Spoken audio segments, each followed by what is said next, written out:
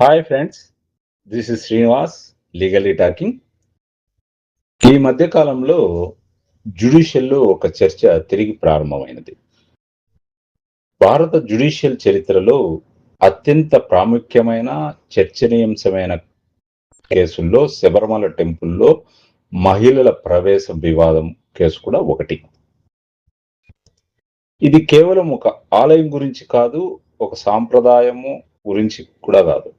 సాంప్రదాయము versus రాజ్యాంగ హక్కుల మధ్య జరిగిన గొప్ప సంఘటన, గొప్ప సంఘర్షణ. సరే, ఇవన్నీ మనం మాట్లాడే ముందు ఈ కేసు యొక్క పూర్వపరాలను మనం తెలుసుకునే ప్రయత్నం చేస్తాం. అసలు ఈ కేసు ఎవరు వేశారు? మొట్టమొదట ఎక్కడ వేశారు? వారి ప్రేయర్ ఏంటి? సుప్రీంకోర్టులో జరిగిన ఆర్గ్యుమెంట్స్ ఏంటి? సుప్రీంకోర్టు పూర్వం ఇచ్చిన జడ్జిమెంట్స్ ఏంటి? ఇలాంటివన్నీ మనం తెలుసుకుందాం. మొట్టమొదట 1990లో ఒక అయ్యప్ప స్వామి భక్తుడు కేరళ హైకోర్టులో అయ్యప్ప స్వామి శబరిమల టెంపుల్ నియమాలను ట్రావెన్కోర్ బోర్డు వారు కేరళ స్టేట్ వారు సరిగా పాటించడం లేదు, దాన్ని ఇంప్లిమెంట్ చేయాలి అని ఇన్స్ట్రక్షన్స్ ఇవ్వండి అని కోర్టుకు వెళ్ళడం జరిగింది. అంటే అక్కడ శబరిమల ఆలయంలో అయ్యప్ప స్వామి ఒక నైష్టిక బ్రహ్మచారంలో ఉన్నాడు. అక్కడికి ఎవరు రావాలి, ఎవరు రాకూడదు, ఏ నియమాలు ఉన్నాయి, పూజలు ఎలాంటివి, తాంత్రిక స్క్రిప్చర్స్ ప్రకారం పూజల విధానం ఏంటి, ఇవన్నీ సరిగా కూడా ట్రావెన్కోర్ బోర్డు వారు నిర్లక్ష్యం చేస్తున్నారు, ప్లస్ స్టేట్ వారు నిర్లక్ష్యం చేస్తున్నారు. కాబట్టి మీరు వారికి ఇన్స్ట్రక్షన్స్ ఇవ్వండి అంటూ హైకోర్టు కేరళను ఆశ్రయించడం జరిగింది. కేరళ హైకోర్టు 1991లో ఒక జడ్జిమెంట్ ఇస్తూ అక్కడ అయ్యప్ప స్వామి నైష్టిక బ్రహ్మచర్యం కలిగి ఉన్నాడు, శతాబ్దాల నుంచి వచ్చే రూల్స్ ను, ట్రెడిషన్స్ ను, బిలీఫ్స్ ను మీరు పాటించాలి, కాబట్టి ఇంప్లిమెంట్ చేయండి ఆ రూల్స్ ను అని చెప్తూ జడ్జిమెంట్ ఇది. ఆ చెప్తూ జడ్జిమెంట్ లో 10 నుంచి 50 సంవత్సరాల వయసు గల మహిళలకు అక్కడ ప్రవేశం లేదని ఆ నియమాలు ఉంది, కాబట్టి దాన్ని ఖచ్చితంగా పాటించండి అని ఇవ్వడం జరిగింది కేరళ హైకోర్టు 1991లో. దానిని ఎవరు 2006 వరకు ఎవరే కానీ హైకోర్టులో రివ్యూ కానీ, సుప్రీంకోర్టులో ఛాలెంజ్ కానీ చేయలేదు. దీనితో ఈ జడ్జిమెంట్కు ఒక ఫైనాలిటీ మాత్రం వచ్చేసింది. ఫైనాలిటీ వచ్చిన తర్వాత ఆసక్తికరంగా 2006లో ఇండియన్ యంగ్ లాయర్స్ అనే ఒక సంస్థ ఆసక్తికరమైన వాదనలతో సుప్రీంకోర్టులో ఆర్టికల్ 32 ఫండమెంటల్ రైట్స్ వైలేట్ అవుతున్నాయి, కాబట్టి ఈ కేసును విచారించండి అని శబరిమల టెంపుల్లో మహిళల వివాదాన్ని వారు మళ్ళా తిరిగి కేసు వేయడం జరిగింది. వారి వాదన ఏంటంటే, ఇక్కడ శబరిమల టెంపుల్ వారి ముఖ్య వాదన ఏంటంటే, మాకు ట్రెడిషన్స్ మీద గాని, బిలీఫ్స్ అనేది ముఖ్యం కాదు. మాకు ముఖ్యం రాజ్యాంగం యొక్క విలువలు, ఫండమెంటల్ రైట్స్‌ని మేము నమ్ముతాము. కాబట్టి దానికి లోబడే ఆలయాలు గాని, టెంపుల్స్ గాని అన్నీ ఉండాలి. కాబట్టి అక్కడ మాకు ప్రవేశం లేదు, ప్రవేశం కల్పించాలని సుప్రీంకోర్టును ఆశ్రయించడం జరిగింది. వారి ముఖ్య కోర్ వాదన ఏంటంటే, అది ఒక ఆలయం, ఒక ఆ ఆలయము పబ్లిక్ ప్లేసు. ఆ పబ్లిక్ ప్లేస్ అని ఎలా చెప్తున్నారంటే, స్టేట్ గవర్నమెంట్ ద్వారా కొన్ని ఫండ్స్‌ను వారు కలెక్ట్ చేస్తున్నారు శబరిమల టెంపుల్. ఎప్పుడైతే స్టేట్ గవర్నమెంట్ ఫండ్స్‌ను కలెక్ట్ చేస్తుందో శబరిమల టెంపుల్, అది ఒక పబ్లిక్ ప్లేస్‌గా మారిపోతుంది. ఒక పబ్లిక్ ప్లేస్‌గా ఎప్పుడైతే మారుతుందో అందరికీ ప్రవేశం ఉంటుంది. అంటే ఎగ్జాంపుల్ కూడా చెప్తున్నారు. ఒక పార్క్ ఉంటుంది. పార్కుకు స్టేట్ వారు ఫండ్స్ ఇస్తారు డెవలప్‌మెంట్‌కు, మెయింటెనెన్స్‌కు. ఎప్పుడైతే అవి ఇచ్చినప్పుడు ఆ పార్క్ అనేది పబ్లిక్ ప్లేస్ అవుతుంది. పబ్లిక్ ప్లేస్‌లోకి ఎంట్రీ రిస్ట్రిక్షన్స్ ఉండవు గదా! మరి మాకు ఎందుకు ఇలా పెడుతున్నారు? అదొకటి. ఈ ఆర్టికల్ 14 అనే సమానత్వం ఇక్కడ లేదు. లింగ వివక్షత ఉంది. కాబట్టి ఏదైతే సాంప్రదాయాలు, బిలీఫ్సు ఇవన్నీ వర్సెస్ రాజ్యాంగ విలువలు, ఫండమెంటల్ రైట్స్‌తో ముడిపడినప్పుడు, సంఘర్షణ జరిగినప్పుడు, రాజ్యాంగం యొక్క ఫండమెంటల్ రైట్స్, రాజ్యాంగ విలువలు అవే పేషయ్యుతాయి కాబట్టి మాకు ప్రవేశం ఇవ్వాలి అనేది వీరి ముఖ్య వాదన. సరే, వీరికి కౌంటర్ ఆర్గ్యుమెంట్స్ ఏంటంటే, అయ్యప్ప స్వామి భక్తులు, డివోటీస్, ముఖ్యంగా మహిళా భక్తులు, ముఖ్యంగా అందులో 10 నుంచి 50 లోపల ఉన్న మహిళా భక్తులు కూడా సీనియర్ అడ్వకేట్స్‌ని ఎంగేజ్ చేసుకొని వారి వాదన కూడా వినిపిస్తున్నారు. అసలు అది పబ్లిక్ ప్లేస్ కాదు అంటున్నారు. అంటే వారేమంటారంటే ముఖ్యంగా ఫస్ట్ ఈ ఇండియన్ యంగ్ లాయర్స్ అనేవారు ప్రవేశం మహిళలు కోరుకుంటున్నారో వారికి వారి రిట్ పిటిషన్‌లో ఎక్కడే కానీ మాకు అయ్యప్ప స్వామి మీద భక్తి ఉంది, విశ్వాసం ఉంది, ట్రెడిషన్ మీద నమ్మకాలున్నాయని ఎక్కడే కానీ వాళ్ళు రిట్ పిటిషన్‌లో ఇన్కార్పొరేట్ చేయలేదు. ఫస్ట్ పాయింట్ వాళ్ళు చెప్పడం. సెకండ్ పాయింట్ ఏంటంటే ఇది పబ్లిక్ ప్లేస్ కాదు. ఎందుకు పబ్లిక్ ప్లేస్ కాదంటే ఈవెన్ దో గవర్నమెంట్ నుంచి ఫండ్స్ తీసుకుంటున్నా ఇది పబ్లిక్ ప్లేస్ కాదు. ఎందుకంటే అయ్యప్ప స్వామికి శబరిమల పరిసరాలలో శబరిమల టెంపుల్ దగ్గర అసెట్స్, లయబిలిటీస్ ఉన్నాయి. ఆ అసెట్స్, లయబిలిటీస్ కాలక్రమేణా యూనియన్ ఆఫ్ ఇండియా గవర్నమెంట్ అయ్యేటప్పుడు గవర్నమెంట్ వారు స్వాధీనం చేసుకున్నారు.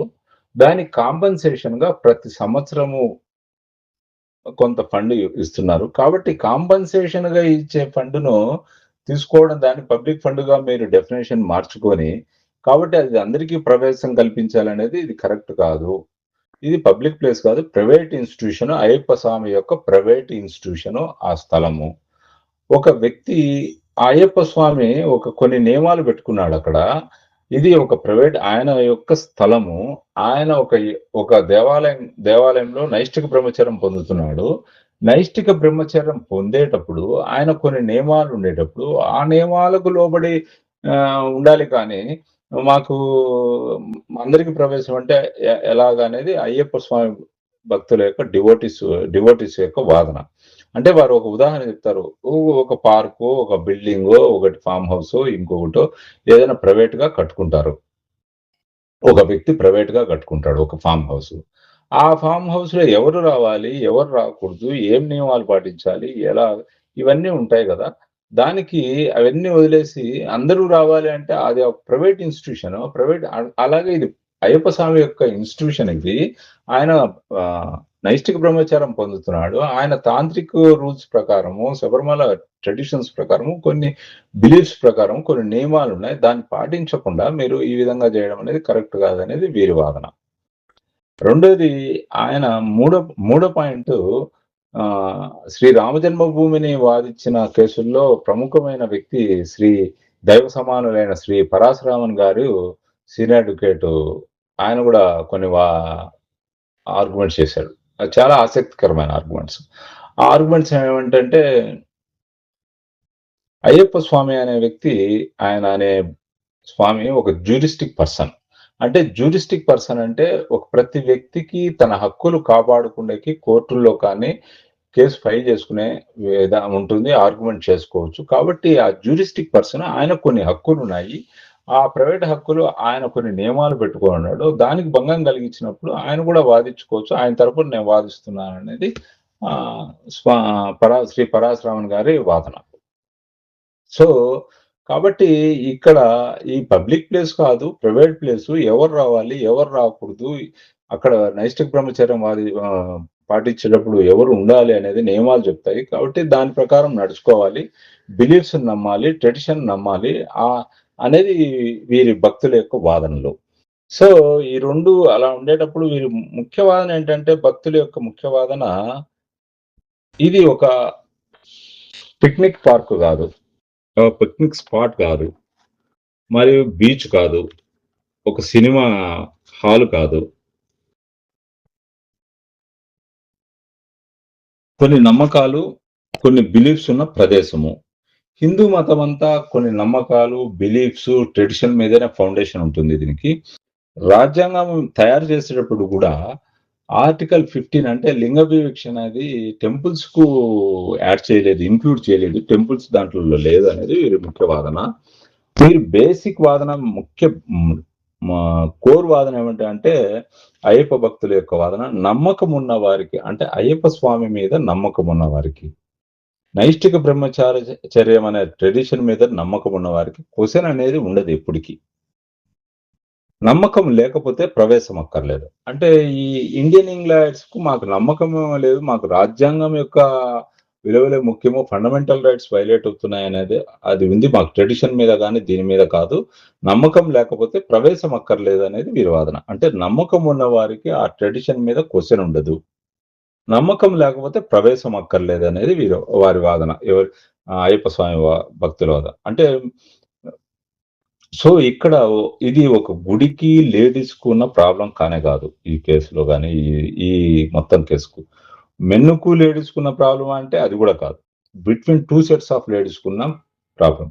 అంటే 2 సెట్స్ అంటే 10-50 లోపలున్న మహిళలకు ప్రవేశం లేదు. నైష్టిక బ్రహ్మచారం కలిగింది కాబట్టి ప్రవేశం మాకు అక్కర్లేదు. ఆ ట్రెడిషన్స్ కాపాడండి అనేది ఒకరి వాదన.